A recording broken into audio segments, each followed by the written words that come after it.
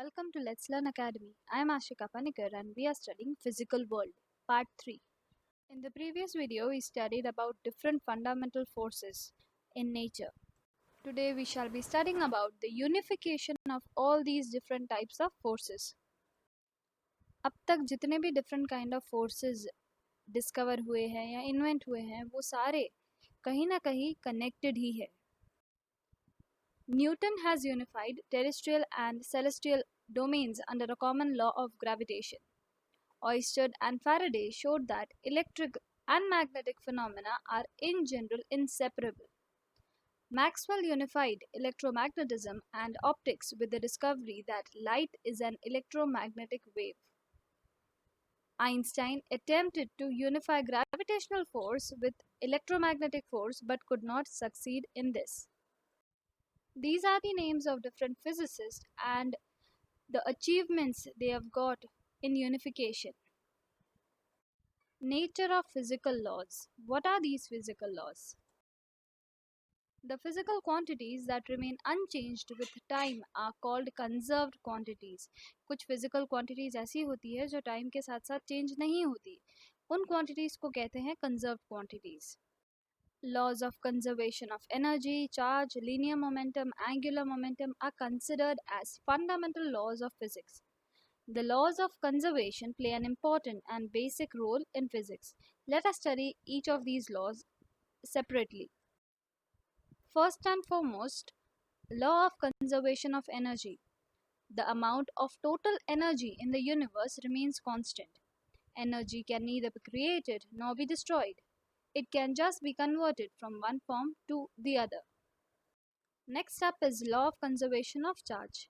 During any process taking place in an electrically isolated system means such a system where there is no existence of any other charges except the ones we are talking about. The algebraic sum of charges always remains constant.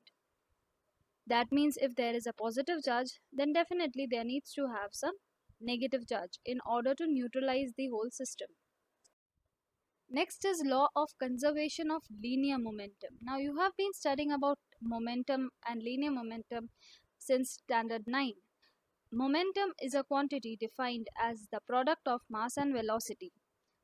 If the resultant external force on a system is zero, the total linear momentum of the system remains constant.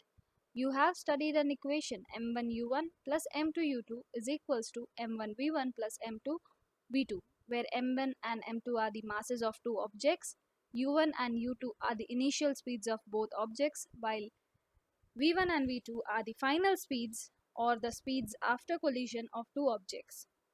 In any case, this law or this formula holds, and since this formula holds, we say that linear momentum is conserved. That means it is not changed.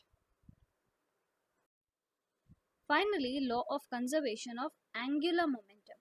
Angular momentum is actually same as linear momentum, but when we are talking about linear momentum, the force is acted upon in one direction, usually 90 degrees. But when we are talking about angular momentum, the force is applied with an angle. And same thing just as we had for linear momentum, the angular momentum also before and after change is occurring is always constant. Now, according to the Einstein's theory, mass is equivalent to energy, and he has given us a relation E is equals to mc square, where c is the speed of light in vacuum. In a nuclear process, mass gets converted into energy or vice versa.